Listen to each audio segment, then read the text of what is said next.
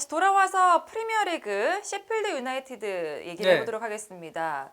올 시즌 승격해서 지금 8위예요. 그렇습니다. 이 셰필드 유나이티드는 저희가 프리미어리그 이제 시작 전에도 승격팀 잠깐 언급을 할 때 센터백 스토퍼들 오버랩하는 네. 전술 운영으로 이제 화제가 되고 있는 팀이잖아요.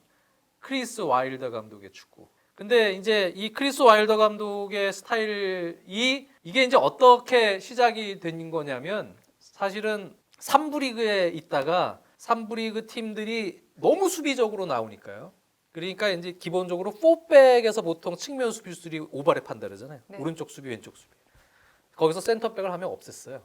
3백인데 3명이 센터백을 한 명만 남고 좌우에 있는 스토퍼가 이른바 4백의 풀백처럼 오버랩을 하는 겁니다. 그리고 이 선수들이 보통 우리 측면 수비수들이 이렇게 사이드로 가면은 측면 풀백들이 보통 스로잉 하잖아요. 네네. 그러니까 그런 식이에요. 여기는 스토퍼들이 가서 스로잉을 해요. 오버랩하고. 그다음에 3-5인데 전술은 윙백들은 어떻게 보면은 4-4-2의 측면 미드필더 같은 롤을 수행을 해요. 근데 이제 중앙에는 미드필더가 더 많아요. 그리고 전방에는 이제 투톱이 운영이 되는 그런 상황이에요. 그래서 이 팀 같은 경우는 지금도 지난 시즌 3부 리그 때 이제 그렇게 완전히 내려서서 밀집 수비를 하는 팀을 상대로 공격 숫자를 늘리려고 그렇게 너무 변칙적인 전형을 들고 나왔는데 네. 이게 잘 먹히고 오히려 수비도 더 잘 되는 거예요. 앞선에서 미드필더 숫자가 한 명 더 많잖아요. 3-5이니까 4-4-2가 아니고 그 앞선에서는 또 앞에서부터 압박을 강하게 밀어붙이니까 숫자도 더 많고 앞에서 붙어주면서 완전히 타이트하게 팀 압박을 붙어주니까 오히려 수비도 더 잘 되고. 근데 하나 딱 단점은 역습 허용하면 스토퍼들이 올라가 버린 그 빈 공간에 미드필더들이 커버를 이제 빨리빨리 해줘야 되는데 그게 잘 안 되면 역습에서는 조금 취약점을 드러내는데 근데 챔피언십으로 이제 그 3부 리그에서 그게 통용이 돼서 크리스 와일드 감독의 축구가 한때 칼럼에도 올라간 적이 있거든요. 야, 어떻게 이렇게 전술 운영하냐? 챔피언십 올라갔는데 또 챔피언십에서 또 먹혀요. 성공을 한 거예요. 이 축구가. 근데 이제 그리고 승격이 됐어요. 그래서 올 시즌 초에 사실은 많은 전문가들이 프리미어 리그는 공격 전환하는 기술들이 너희들이 생각하는 챔피언십이 아니다. 역습에 탈탈탈 털릴 것이다라고 많은 전문가들이 얘기를 했고 그래서 셰필드 유나이티드의 와일드 감독의 전술은 프리미어 리그에서 통용되지 못할 것이다. 네. 근데 되고 있습니다. 지금. 9득점 80점. 저희 녹화 기준으로 3승 4무 3패. 리버풀, 레스터 시티와 함께 지금 리그 최소 실점이에요. 네. 지난 시즌도 챔피언십에서 최소 실점입니다만 프리미어 리그에서도 지금 이게 먹히고 있어요. 최소 실점입니다. 득점은 물론 최하위권인데. 계속 똑같아요. 멤버들도 뭐 크게 바꾸질 않았어요. 그대로 오코넬, 바쌈 이 스토퍼들 오버랩하는 시스템입니다. 그리고 측면 윙백들 스티븐스하고 발독 마치 이 선수들은 미드필더처럼 그렇게 오버랩을 하면서 노우드 같은 아주 킥력이 좋은 후방 딥라인 플레이메이커 두고 지금 운영이 되고 있거든요. 그래서 지금 전체적으로는 매우 플레이하기를 힘들게 만들어줘요. 이 팀은. 그래서 빌드업 하려 그러면 투톱, 미드필더 다 달라붙어요. 맨투맨 하듯이. 그다음에 이제 스토퍼들은 보통 약간 그래도 수비 공간을 좀 여유를 두는데 스토퍼들도 맨투맨 붙듯이 그냥 달라붙어요. 완전히. 그래서 거의 숨을 못 쉬게 만드는 그러한 수비들을 하는 팀이에요. 이 셰필드 유나이티드가. 물론 이제 최전방에 이제 득점할 수 있는 그런 자원들이 지금 좀 부족합니다. 확실한 공격수가 지금 없기 때문에. 그래서 지금 득점력이 떨어져 있지만 네. 어쨌든 실점이 지금 최소 실점으로 가면서 한 골 승부를 가고 있거든요. 지금 이 셰필드 유나이티드의 전술 운영은 펩 가르디올라에 이어서 또 한 번의 현대 축구에 한 번 파동을 일으킬 만한 능력을 가지고 있다는 걸 보여줬어요. 이 팀에 투자를 좀 해서 공격 쪽에 조금 클래스가 높은 선수들을 영입을 하면 네. 저는 이 축구가 또 와일더 감독의 축구가 완전히 진화할 수 있는 분명히 기회는 있다고 보여져요. 이렇게 셰필드 유나이티드를 봤고요. 어떤 팀 먼저 말씀해 주시겠어요? 네. 지난 시즌 순위에 비해서 이 팀이 뭐 엄청나게 순위가 오른 건 아니에요. 그래도 말할 가치가 있어요. 레알 소시에다드입니다. 네. 소시에다드를 올 시즌 설명하는 한 단어가 있다면 젊음이에요, 젊음. 물론 제가 존중에 맞지 않는 그리고 지금 소시에다드가 해서 아주 잘하고 있고 행복하게 하고 있는 나초 몬레알 선수도 있긴 있습니다. 네. 그리고 또 아시에르 이아라멘디 선수는 부상으로 올 시즌 안 뛴 경기가 더 많긴 하지만 이아라멘디 같은 이제 30이 가까이 가는 이제 베테랑도 있긴 있어요. 그리고 윌리안 또 호세라는 또 베테랑 윌리안 주제. 체격 조건 좋은 또 브라질 스트라이커가 있는데요. 이 선수들 정도를 제외하면 그 수비진에서 이제 중용되기 시작한 프랑스의 로뱅 르 노르망이라는 선수가 있고요. 그리고 미켈 메리노 선수. 이 선수는 뭐 뉴캐슬에도 네. 있었기 때문에 국내 팬들에게도 도르트문트에도 있었죠. 미켈 메리노 선수. 그리고 이고르 수벨디아라는 또 미드필더가 있고요. 마틴 웨데고르 선수가 있고 알렉산더 이삭 선수. 이 선수도 이제 도르트문트 가서는 그렇게 기대를 한 몸에 받은 만큼 확 뜨지는 못했지만 이제는 슬슬 연령으로 볼 때 더 잘할 수 있는 나이가 지금 되고 있거든요. 그리고 이제 전체적인 팀의 에이스라고 볼 수 있는 미켈 오야르사발 선수가 여름 이적 시장에서 더 큰 팀으로 가지 않고 소시에다드에 남았어요. 네.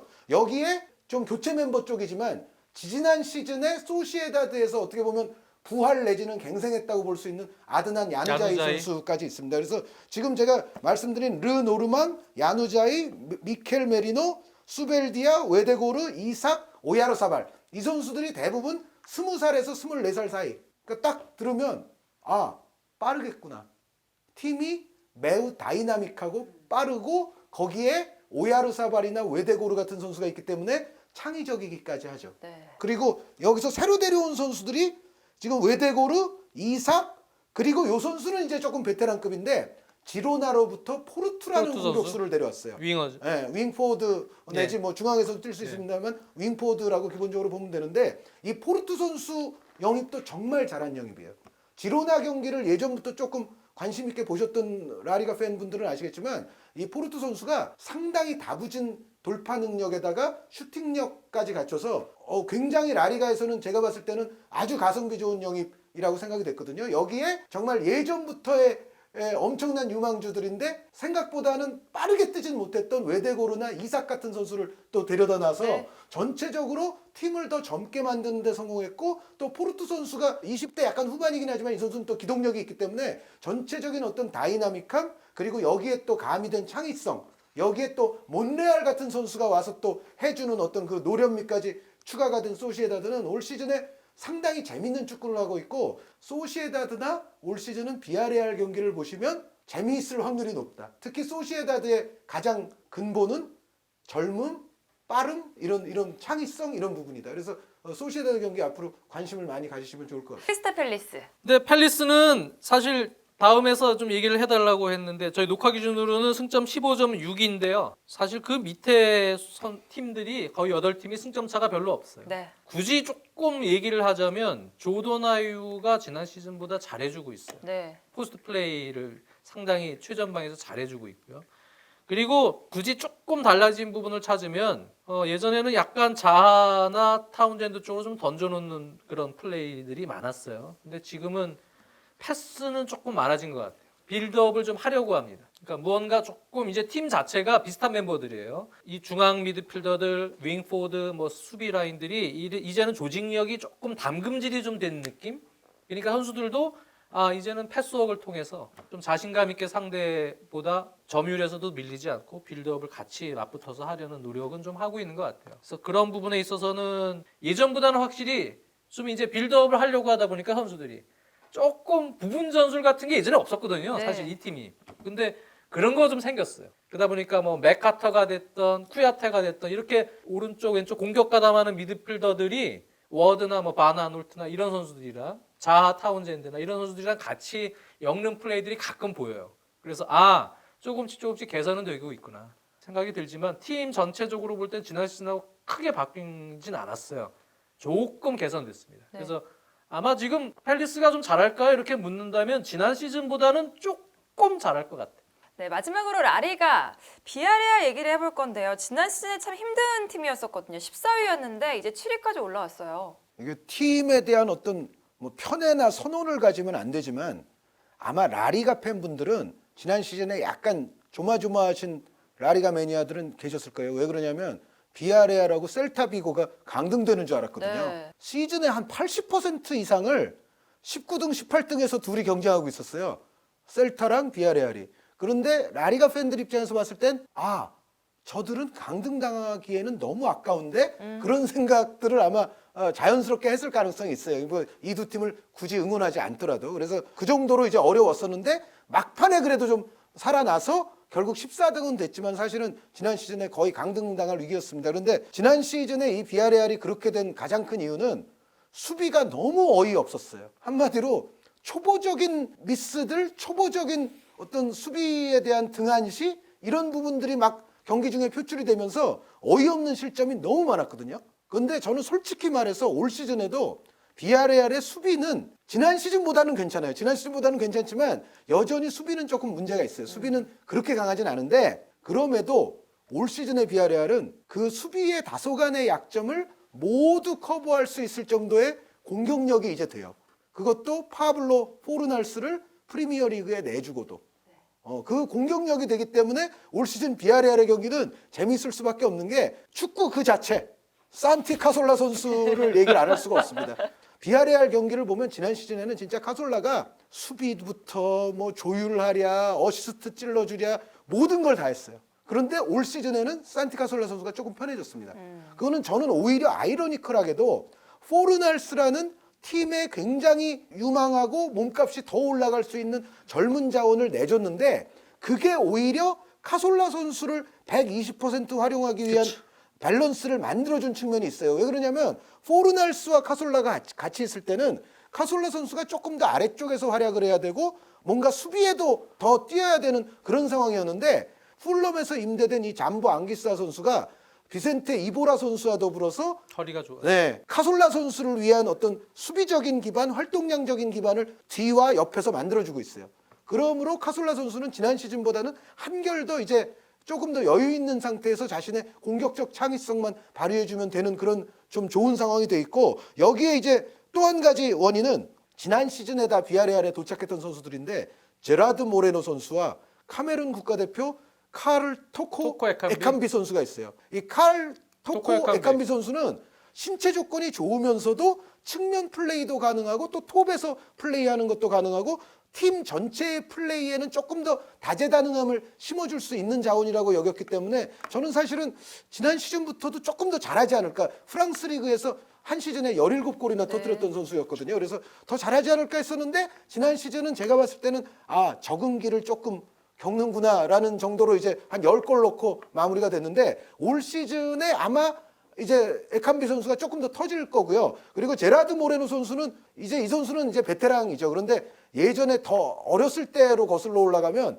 정말 이 선수도 더 잘 될 거라고 예상한 사람들이 많았는데 계속 그냥 한 10골 언저리, 10골 언저리, 10골 언저리 이런 식으로 커리어를 보내왔는데 마침내 올 시즌 스타트가 아주 좋아가지고 스페인 국가대표로도 출전을 했거든요. 그래서 어떻게 보면 늦깎이 이제 국가대표 출전의 꿈을 이루게 됐는데 이 제라드 모레노 선수와 토코 에캄비 선수가 지난 시즌에 왔던 선수들이지만 둘 다 지난 시즌보다는 확연히 올라온 모습이에요.